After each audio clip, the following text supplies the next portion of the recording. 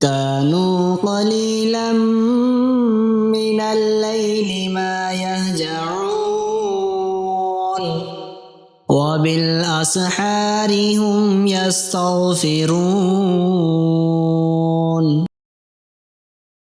بسم اللہ الرحمن الرحیم۔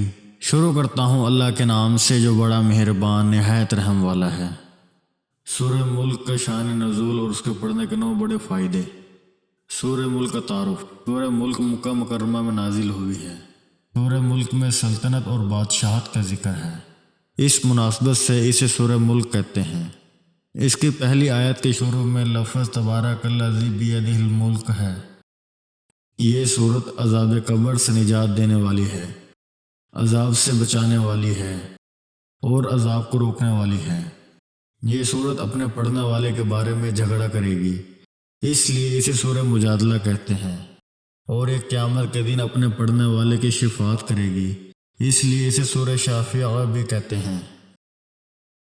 سورہ ملک میں اسلام کے بنیادی عقائد جیسے اللہ تعالیٰ کی وحدانیت، حضرت محمد صلی اللہ علیہ وآلہ وسلم کی رسالت، قرآن کی حقانیت، حشر و نشر اور قیامت کے دن کے اعمال کی جزا و سزا کو انتہائی مؤثر انداز میں بیان کیا گیا ہے۔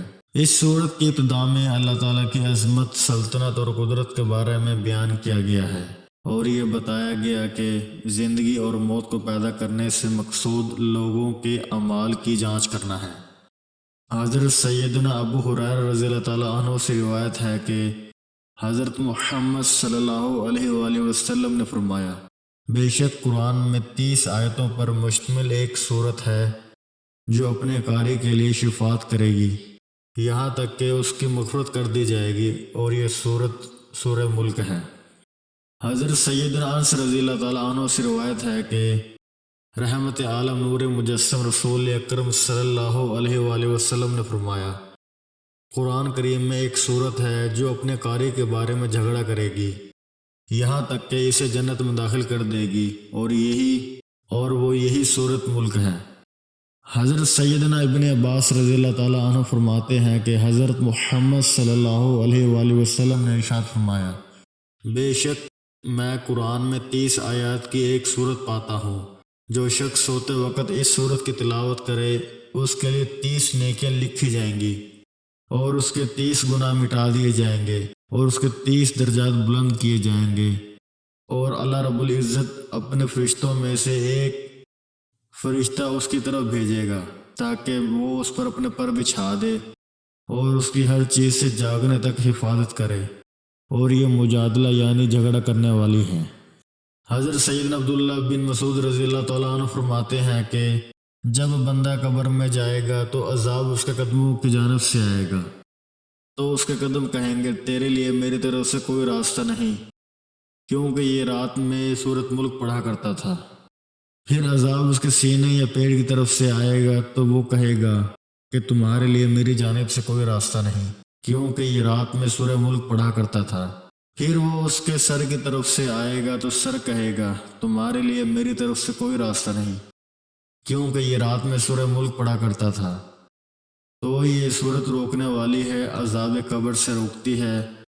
اس کا نام سورہ ملک ہے۔ جو اس رات میں پڑھتا ہے بہت زیادہ اور اچھا عمل کرتا ہے۔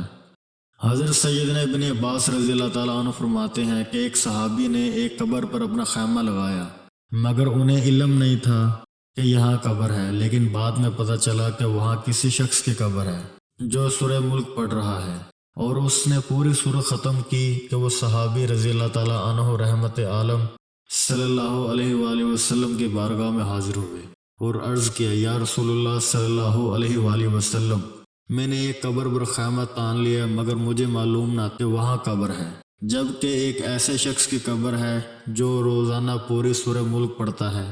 تو رسول اللہ صلی اللہ علیہ وآلہ وسلم نے فرمایا، یہی روکنے والی ہے، یہی نجات دلانے والی ہے، جس نے اس سے عذاب قبر سے محفوظ رکھا۔ حضور اکرم صلی اللہ علیہ وآلہ وسلم کا فرمان شان ہے کہ میری خواہش ہے کہ تبارک الذی بیدہ الملک ہر مومن کے دل میں ہو۔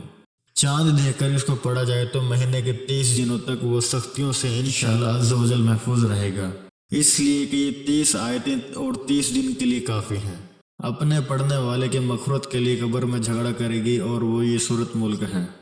حضرت محمد صلی اللہ علیہ وآلہ وسلم رات کو آرام فرمانے سے پہلے سورہ ملک اور الف لام میم تنزیل سورہ سجدہ تلاوت فرماتے تھے۔ حضرت سیدنا ابن عباس رضی اللہ تعالیٰ عنہ نے ایک آدمی سے فرمایا، کیا میں تجھے ایک حدیث تحفے کے طور پر نہ دوں جس کے ساتھ تو خوش ہو جائے؟ اس نے عرض کی کہ بے شک۔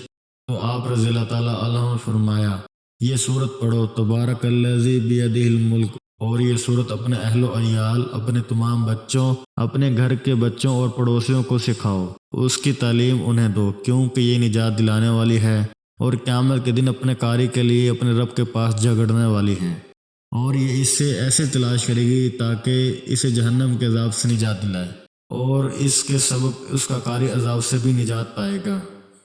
اس صورت کو خود بھی پڑھیں اور صدقے کی نیت سے دوسروں کے ساتھ بھی ضرور شیئر کریں۔ جزاک اللہ۔ اس طرح کے مزید اسلامک ویڈیوز کو دیکھنے کے لیے آپ ہمارے چینل اسلامک دو انفو کو سبسکرائب کریں تاکہ آپ کے پاس ہمارے نئے آنے والی ویڈیوز کا نوٹیفیکیشن بر وقت ملتا رہے۔ اللہ تعالیٰ آپ کو اپنے حفظ و امان رکھے، آمین۔